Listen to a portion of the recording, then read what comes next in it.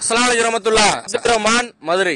அன்பான சகோதரர்களே, தமிழ்நாடு தௌஹீத் ஜமாஅத்துடைய மாநில பொதுச் செயலாளர் சகோதரர் முகமது அவர்கள் தமிழன் தொலைக்காட்சியில் ஒரு கேள்வி பதில் நிகழ்ச்சியில் கலந்து கொண்டிருக்கிறார். கேள்வி பதில் நிகழ்ச்சிக்கு தான் போறோம்னு தெரியுது. நெறியாளர் என்னவெல்லாம் கேள்வி கேட்பார், நம்ம எப்படியெல்லாம் பதில் சொல்லணும், ஜமாத் ரீதியாக என்னவெல்லாம் கேள்வி கேட்கப்படும், ஜமாத்துடைய செயல்பாடு நிலைப்பாடு சம்பந்தமாக என்ன கேள்வி கேட்கப்படும், ஜமாத்தில் தற்போது என்ன பிரச்சனை ஓடிக்கொண்டிருக்கிறது, என்ன சர்ச்சையை சந்தித்துக் கொண்டிருக்கிறது, என்னென்ன குற்றச்சாட்டுகள் ஜமாத்துக்கு எதிராக வைக்கிறார்கள், இது சம்பந்தமா எப்படி எல்லாம் கேள்வி கேட்பாங்க, நம்ம எப்படி பதில் சொல்ல வேண்டும், சமூக ரீதியான பிரச்சனை, அரசியல் ரீதியான பிரச்சனை, இப்படி எல்லா கேள்விகளுக்கும் பதில் என்னென்ன பதில் சொல்லணும் அப்படின்னு மசூரா பண்ணிட்டு தானே போயிருப்பீங்க. ஜமாத் சார்பா ஒருத்தர் அனுப்புறாங்க, ஒருத்தர் பதில் சொல்ல வந்திருக்கிறீங்க. அப்ப அறிவுபூர்வமான பதில், ஆக்கப்பூர்வமான பதில் ஏதாவது சொல்லணுமா இல்லையா? ஒண்ணுமே கிடையாது. இவர் எதுக்குத்தான் போனாரு, இவரை எதுக்கு அனுப்பி வச்சாங்கன்ற மாதிரி அவங்க கையில மண்ணள்ளி அவங்க தலையிலே வாரி கொட்ட மாதிரி ஆகி போச்சு இந்த நிகழ்ச்சி. அவர் அருமையான கேள்வி கேட்கிறார், அவ்வளவு கேள்வி கேட்கிறார். இவரே பதில் சொல்லும் பொழுது நியாயமான கேள்வியாத்தான் இருக்கிறது. அது நியாயமான கேள்வியாத்தான் இருக்குது. உங்க பதில நியாயம் இருக்குதா? நீங்க சொல்லக்கூடிய பதில் ஏதாவது ஒரு சிந்தனையாளர்கள், நடுநிலையாளர்கள், உங்க ஜமாத்தில் உள்ளவர்களே இருக்கட்டும், இந்த பதிலை ஏற்றுக்கொள்வார்களா? என்ன கேட்கிறாருன்னு சொன்னா, அதாவது தமிழக இஸ்லாமிய சமூகத்தை பொறுத்தவரையில் சகோதரர் பி ஜெயினுலாப்தீன் அவர்களுடைய கொள்கைகள், சித்தாந்தங்கள், கருத்துக்கள், ஆக்கங்கள், சிந்தனைகள், பேச்சுக்கள், புத்தகங்கள் அனைத்துமே பெருவாரியான மக்களை ஈர்த்தது, இளைஞர்கள் மத்தியில் ஒரு தாக்கத்தை ஏற்படுத்தியது.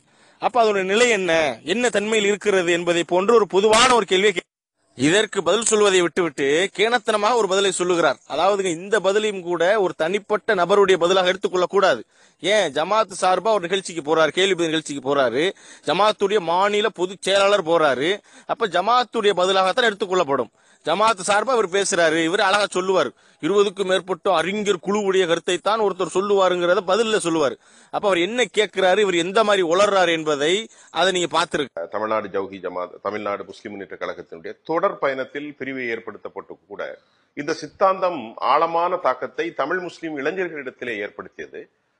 அதற்கு பின்னால் எல்லா விடயங்களும் வகுக்கப்படுவது உங்கள் தமிழ் சமூகத்தின், இஸ்லாமிய சமூகத்தின் கொள்கை ரீதியாக, மத ரீதியான கொள்கைகள் முழுவதுமாக கட்டமைக்கக்கூடிய பொறுப்பில் திரு ஜெயினுலாப்தீன் தான் இருந்தார். இன்று கூட அவருடைய தாக்கம், அவர் எழுதிய நூல்களினுடைய முகவுரைகள் தொடர்கிறதா இல்லையா? அதை நீங்கள் எந்த அடிப்படையில் பயன்படுத்திக் கொண்டிருக்கிறீர்கள்? இது ஒரு நியாயமான கேள்விதான். பொதுவாக நீங்க குறிப்பிட்டு காட்டக்கூடிய அவங்க அந்த சகோதரர் அவங்களா இருக்கட்டும், பொதுவாக நம்ம ஒரு இயக்கம் சொன்னா, ஒரு அமைப்புன்னு சொன்னா, மக்கள் அறியும்படியாக சிலர் என்ன செய்வாங்க, காட்சி அளிப்பார்கள். சரி, ஆனா அது ஒரு குழு தான். இப்ப எங்க ஜமாத்தை பொறுத்த மட்டில் இது ஒரு சுதந்திரமான ஒரு அமைப்பு. அங்கு இருக்கக்கூடியவர்கள் ஒரு அறிஞர்கள் குழு என்று சொல்லி ஒரு 20க்கும் மேற்பட்ட அறிஞர் குழுவினுடைய ஒரு கருத்தை தான் என்ன செய்ய முடியும் சொன்னா, நீங்கள் சொல்லக்கூடியவர்களால் பிரதிபலிக்க முடியும். அறிஞர்கள் குழு என்று சொல்லி ஒரு 20க்கும் மேற்பட்ட அறிஞர் குழுவினுடைய ஒரு கருத்தை தான் என்ன செய்ய முடியும் சொன்னா, நீங்கள் சொல்லக்கூடியவர்களால் பிரதிபலிக்க முடியும்.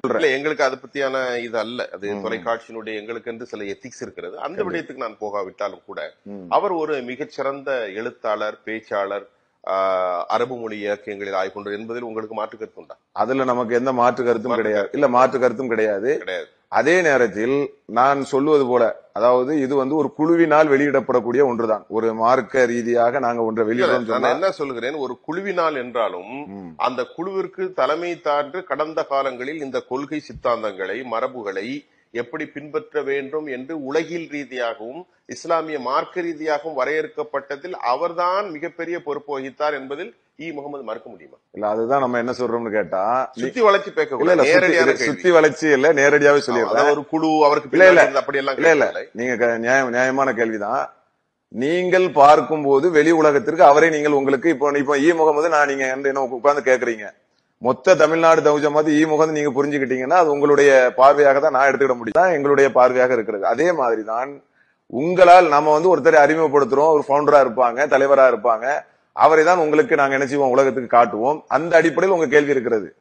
அதனால் அந்த அடிப்படையில் தான் உங்க கேள்வி இருக்கிறது. எங்களுக்கு அது ஒரு இழப்பு கிடையாது. எங்களுக்கு அவரை நாங்கள் காட்டுகிறோம், அவர்களுக்கு செய்தியை எடுத்து சொல்லுகிறோம், அந்த செய்தி அவர் உலகத்துக்கு சொல்லுகிறார்.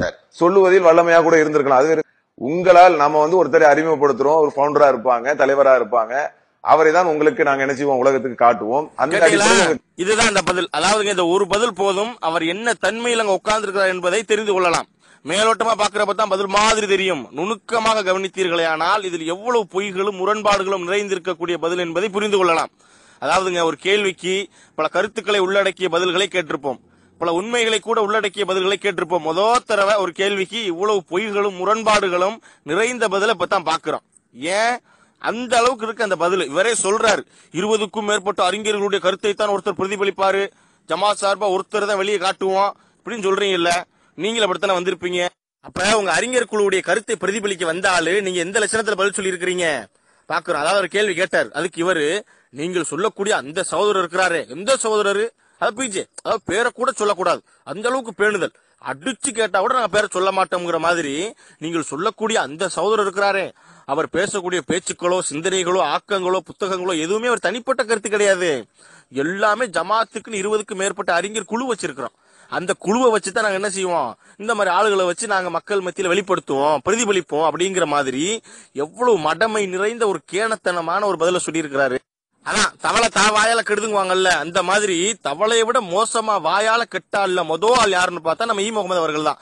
ஏன் அந்த அளவுக்கு ஒரு பித்தலாட்டமான பதில பொது தொலைக்காட்சியில் பேசிவிட்டு போயிருக்கிறார். அதாவதுங்க இந்த பதிலுடைய தன்மை என்ன, இந்த பதில் சிந்தனையாளர் மக்கள் மத்தியில் என்னவெல்லாம் கருத்து கேள்விகளை உண்டாக்கும் என்பதை இறுதியா உங்களுக்கு விளக்குறேன்.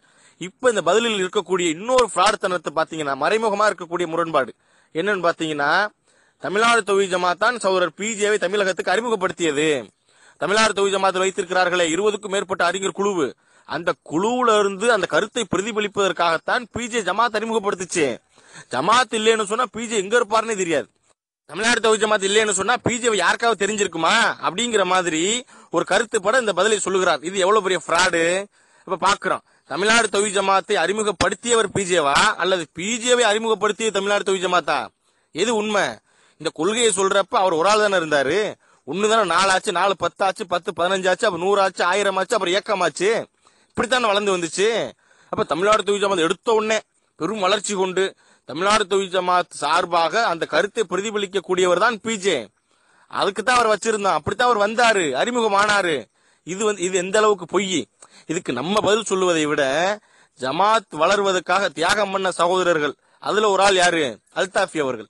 அவர் ஜமாத்தில் இருக்கும் பொழுதே, அதாவது ஒரு மாநில பொதுச் செயலாளர், இவர் இந்த அளவுக்கான ஒரு பற்றோடு இருக்கிறப்ப அவர் மாநில தலைவராக இருந்தவர் ஜமாத்துல. அப்ப அவரு சொல்றது ஒரு பற்றோட தானே இருக்கும்.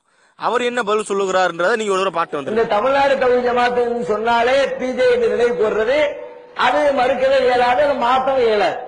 ஏன்னா அதுக்காண்டி அவர் தான் பவுண்டர், உருவாக்குனவர், ஊர்வலா பிரச்சாரத்துக்கு போனவர், மக்களிடத்தில் அந்த கொள்கையை விளக்குனவர். அவர் வழியாகத்தான் 90% மக்களுக்கு அல்ல ஏகத்துவத்தை கொண்டு போய் சேர்த்திருக்காங்கிறத மாற்றுக்கிறது இல்லை.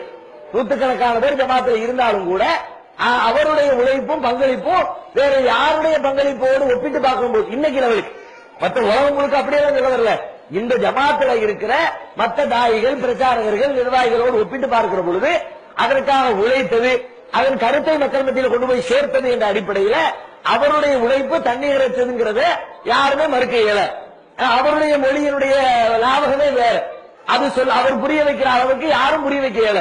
சாதாரண எளிமையான வார்த்தைகள்ல, குறைந்த வார்த்தைகள்ல பெரிய விஷயங்களை விளக்கிறாரு. மக்களுடைய உள்ளத்தில் லட்சம் போய் உட்கார்ந்து நம்ம அரை மணி நேரம் டைம் எடுத்து விளக்குற ஒரு மேட்டர் 5 நிமிஷத்தை அழகா விளக்குறார். அப்ப இது மாதிரியான பண்பாடுகளால் மக்களுடைய உள்ளத்தில் அவர் இடம் பிடித்து விட்டார். கேட்டீங்களா எவ்வளவு அழகா சொல்லுகிறார். அப்ப இந்த பதிலுக்கு என்ன விளக்கம்? உங்க ஜமாத்துல இருக்கிறப்ப சொன்ன பதில் தானே. அப்ப முகமது சொன்ன மாதிரி 20க்கும் மேற்பட்ட அறிஞர் குழுவுடைய கருத்தை தான் பிரதிபலிப்பார்கள் அப்படின்னா இதுவும் அப்படி வந்த பதில் தானே. இவருக்கு மட்டும் தனியா வகையா வந்துச்சு. அந்த 20க்கும் மேற்பட்ட அறிஞர் குழுவுடைய கருத்தை தானே இவரும் சொல்லியிருப்பாரு. அப்ப எது உண்மை? இது உண்மையா அது உண்மையா? அப்ப எப்படி பாக்குறோம்? அப்ப பொது தொலைக்காட்சியில என்ன வேணாலும் நம்ம என்ன செய்யலாம், பித்தலாட்டத்தை பேசலாம், பதிலா சொல்லலாம் அப்படிங்கறத பாக்குறோம். இது மட்டும் கிடையாது. தமிழ்நாடு தௌஹீத் ஜமாத்துடைய வளர்ச்சிக்கு முக்கிய பங்கு இருக்கக்கூடிய இன்னொரு நபர் யாருன்னு பார்த்தா சகோதரர் சையத் இப்ராஹிம் அவர்கள். அவர்கள் என்ன செய்திருக்காரு? இப்ப சமீபத்துல அவர் இப்ப சகோதரர் பிஜேவுக்கு எதிராக எண்ணற்ற குற்றச்சாட்டுகள், கேள்விகளை முன்வைக்கிறாங்க. அப்படி இருந்தும் கூட அந்த பதிவுல கூட இந்த நிலைப்பாடு எப்படி பாக்குறாரு?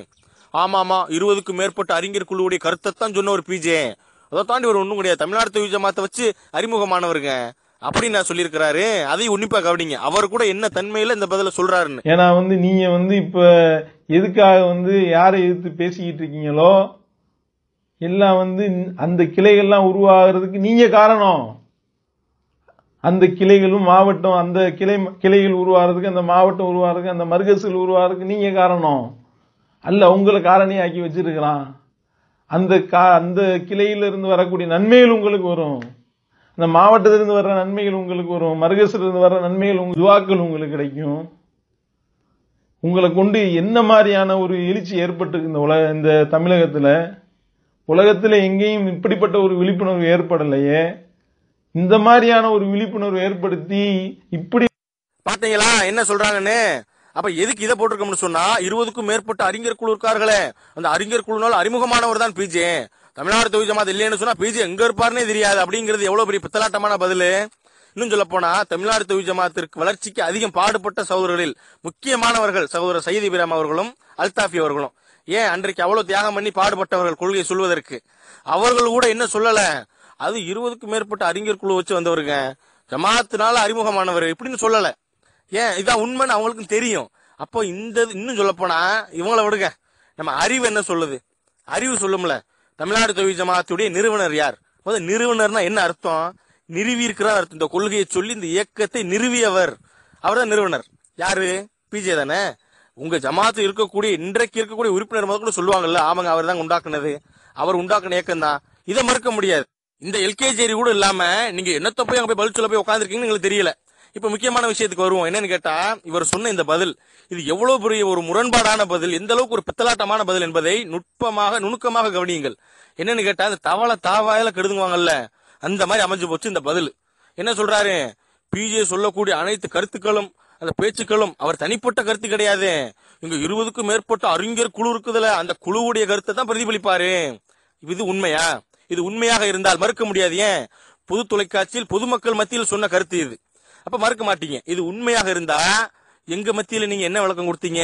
எதை கேட்டாலும் இந்த விபச்சார குற்றச்செயலுக்கு 4 சாட்சிகள் கண்ணுக்கு கண்ணாக பார்த்து 4 சாட்சிகள் இந்த காலத்துல சாத்தியம் இல்ல அப்படின்னு ஜமாத்துல இருக்கிறப்ப ஒரு விளக்கம் கொடுத்தாருல பிஜே. அது தனிப்பட்ட கருத்து, சொந்த கருத்து. அதுக்கு ஜமாத்துக்கு சம்பந்தம் இல்ல. அப்படியா? சரி, இந்த அல்தாஃபி விஷயத்துல பொது விசாரணை கூடாதுன்னு மறுத்துட்டாரு. அது ஒரு தனிப்பட்ட கருத்து தான், சொந்த கருத்து தான். அதுக்கு ஜமாத்துக்கு எந்த சம்பந்தம் கிடையாது. சரி, இந்த அல்தாஃபி முபாகலாக்க போனீங்களே, சந்திச்சீங்களே, அது என்னது? அது ஒரு சொந்த முடிவு, அவரா எடுத்த முடிவு. எங்களுக்கு அதுக்கு சம்பந்தம் கிடையாது. ஜமாத் அவர் தான் கைத்து கட்டி எங்களை பூரா எடுத்துட்டு போனார் அவர். அதனால அதுக்கு எங்களுக்கு சம்பந்தம் இல்ல அப்படின்னு தானே விளக்கம் கொடுத்தீங்க. எதை கேட்டாலும் தனிப்பட்ட கருத்து, அவருடைய கருத்து, சொந்த கருத்து, அவர் எடுத்த முடிவு, இப்படித்தானே கொண்டு வந்தீங்க. அப்ப பாக்க அங்க போயிட்டு என்ன சொல்றாரு? பொது தொலைக்காட்சியில அவர் பேசக்கூடிய பேச்சுக்கள், இந்த கருத்துக்கள், அந்த ஆக்கங்கள், சிந்தனைகள் அனைத்துமே ஜமாத்தில் இருக்கக்கூடிய 20க்கும் இருக்கிறாரே அறிஞர் குழு, அந்த குழுவினால் வந்த பிரதிபலிப்பு தாங்கது.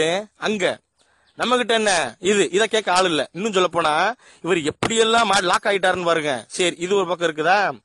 இப்ப கடைசியா உங்க ஜமாத் சார்பா 2 தண்டத்தை விட்டு ஒரு பதிவு போட்டீங்க இல்ல, எம்ஐசி மாணவர்கள்ன்ற போர்வேல ஒரு 2 பேர் உட்காந்துக்கிட்டு அப்படியே சலனப்படக்கூடிய அளவு, முக சுளிக்கக்கூடிய அளவிற்கு அவங்க மக்கள்னாலேயே முக்காவாசி முழுசா பாத்துருக்க மாட்டாங்க அந்த பதிவை. அந்த அளவுக்கு ஒரு லட்சணமான ஒரு பதிவு ஒண்ணு போட்டிருந்தீங்கல்ல, அதுல கேள்வி அடுக்குறாங்களாம்.